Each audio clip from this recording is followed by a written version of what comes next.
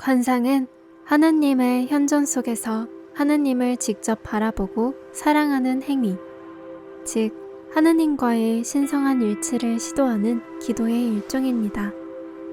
40여 년 동안 이러한 관상 기도를 꾸준히 실천해온 버나뎃 로버츠는 무아 체험을 통해 자아도 하느님도 사라져버리는 경험을 하게 되었다고 이야기합니다. 오늘은 지금 여기 11-4회에 실린 글 중 하나인 어느 관상 수도자의 무아 체험에 대해 들려드리겠습니다. 오랜 세월의 관상 수도 생활을 통해 이미 나는 여러 단계의 고요에 익숙해져 있었다. 만일 나의 관상 경험을 지도에 그려놓는다면 그건 아마도 점점 더 넓고 깊은 고요를 찾아가는 행로처럼 보일 것이다. 어느 날인가 내가 다시는 빠져나올 수 없는 고요 속에 잠겼을 때 비로소 이 행로는 끝에 다다른 듯 보였다. 내가 살던 곳에서 길을 따라 내려가면 바닷가에 수도원이 있었는데 오후에 틈이 날 때마다 나는 그곳의 성당에서 홀로 고요에 잠기곤 했다. 그날도 여느 날과 다를 것이 없었다. 고요가 가득 차고 나는 곧 두려움이 일어나 이 고요가 깨지겠거니 하고 생각했다. 하지만 이날은 두려움이 전혀 생기지 않았다. 마치 두려움이 언제쯤이나 나를 건드릴지 보려고 기다리기라도 하는 듯 약간의 긴장과 초조함을 느꼈다.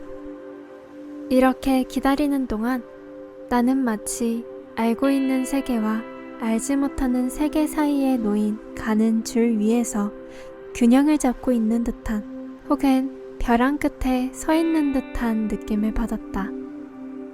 두려움은 분명 자아를 향해, 즉 알고 있는 세계를 향해 움직일 것이다.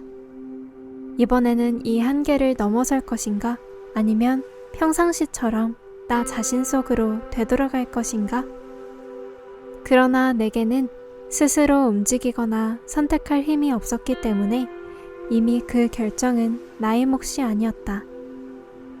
내 안의 모든 것은 아무런 움직임 없이 멈추어 있었다. 이러한 고요 속에서 내심 두려움이 일어나기를 기다리던 긴장감마저 어느새 사라졌음을 눈치채지 못했다. 나는 여전히 다른 뭔가가 움직이기만을 기다리고 있었고 아무런 움직임도 나타나지 않자 그저 거대한 고요 속에 머물 뿐이었다. 얼마나 지났을까? 예배당 문을 닫을 때가 되었는지 한 소년님이 예배당 열쇠를 짤그락거리며 흔드는 소리가 들렸다. 집에 돌아가 아이들에게 저녁을 지어줄 시간이었다.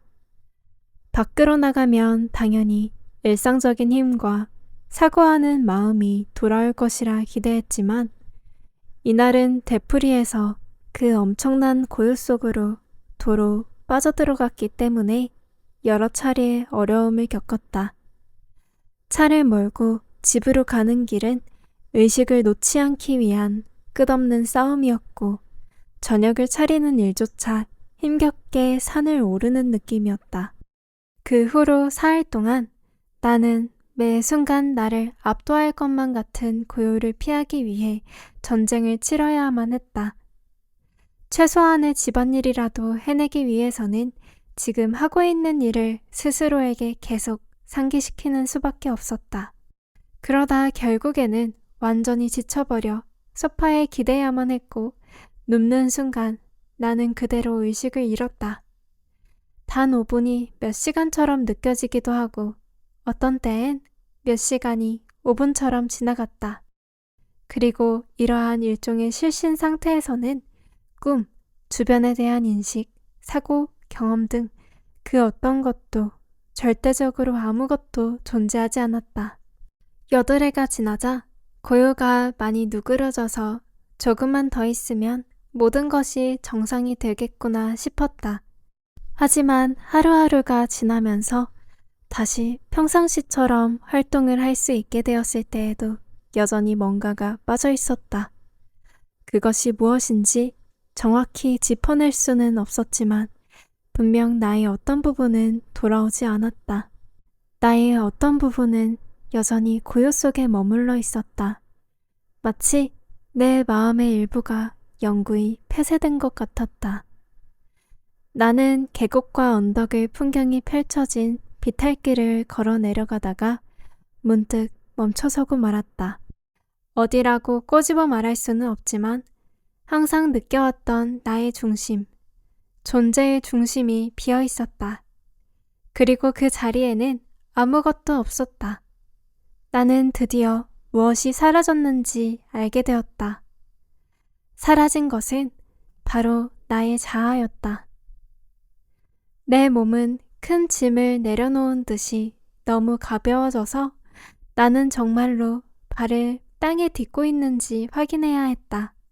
얼마 후 이제 내가 아닌 그리스도께서 내 안에 거하신다는 성 바오로의 표현이 생각나면서 내 안이 비어있음에도 불구하고 무엇도 그 자리를 대체하지 않고 있다는 것을 알았다.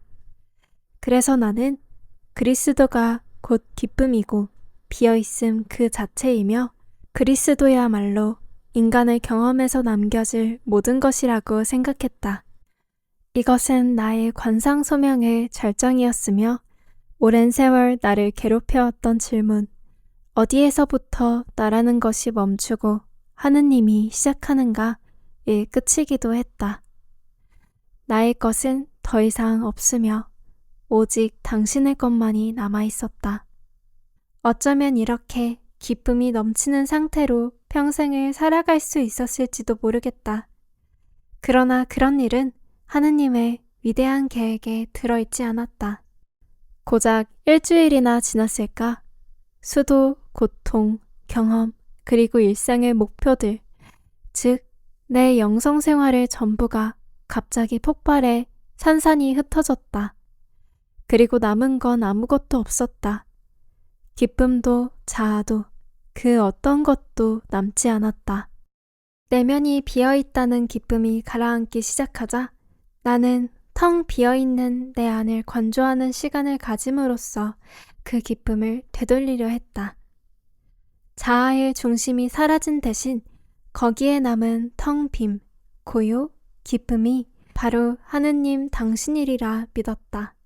그래서 그날도 그 기쁨을 만끽하고자 조용히 앉아 내면을 바라보기 시작했다. 그러자 그 즉시 텅 빈 공간이 확장하기 시작했다. 너무나 급격한 확장이라서 마치 폭발할 것만 같은 기분이었다. 엘리베이터를 타고 100층짜리 빌딩에서 초고속으로 떨어지는 듯한 느낌이 명치에서 들었다. 이렇게 추락하는 동안 살아있다는 감각이 모두 내게서 빠져나갔다. 그리고 드디어 바닥에 닿았다고 느낀 순간 나는 개체적 자아가 없는 곳에는 인격적 하느님도 없다는 사실을 깨달았다. 나는 한동안 멍하니 앉아 있었다. 나를 애워싼 모든 것이 완전히 멈춰 있었다.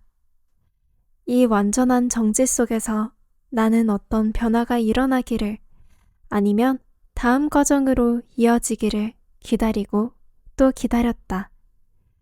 그러나 아무 일도 일어나지 않았다. 내 안에는 살아있다는 느낌이나 감각 혹은 미세한 꿈틀거림조차 없었다. 그제야 마침내 더 이상 내게는 내면이라는 것이 존재하지 않는다는 것을 알게 되었다. 더 이상 내면을 응시하는 일은 불가능해졌으며 이제 나는 오직 외부만을 바라볼 수 있었다. 나는 내 인생을 찬찬히 돌이켜봤지만 이런 경험은 분명 처음 있는 일이었다. 이제는 내 안에서 생명이 사라진 것과 마찬가지로 외부에서도 생명을 찾아낼 수 없었다.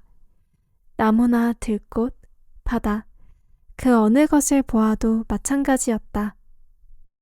바위로 된 작은 만에서 졸고 있는 바다 표범들이 내려다 보이는 바닷가 절벽 위에는 옹이투성이 실편백 나무 한 그루가 바람을 맞으며 서 있었다.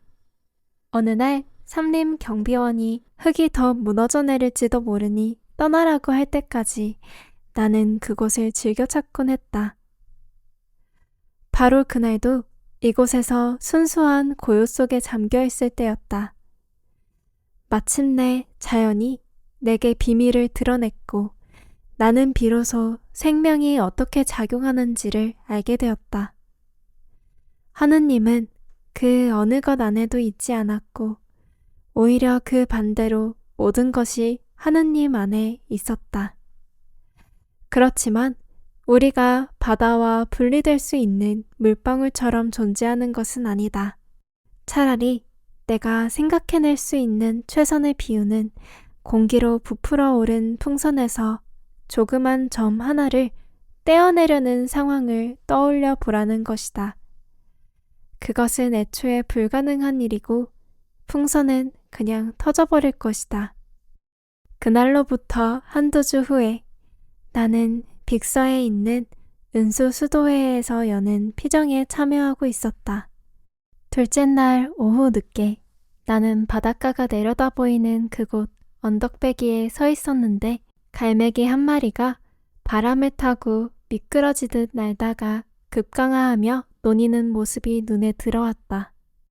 나는 갓 세상에 눈뜬 아이처럼 그 갈매기를 바라봤다. 마치 무엇에 홀린 듯 했다. 그때 갈매기와 나에게는 개체 간의 일반적인 분리감이 존재하지 않았기 때문에 마치 내가 날고 있는 나 자신을 바라보는 것과 같은 느낌이었다. 하지만 그것만으로는 설명할 수 없는 무엇이 진정 아름답고 알 수 없는 뭔가가 있었다. 잠시 후에 나는 수도원 뒤편의 소나무 언덕으로 눈을 돌렸지만 여전히 어떤 분리감도 생기지 않았다. 오직 거기에 있는 무엇만이 모든 경관과 그 속의 사물들을 통해 흐르고 있었다.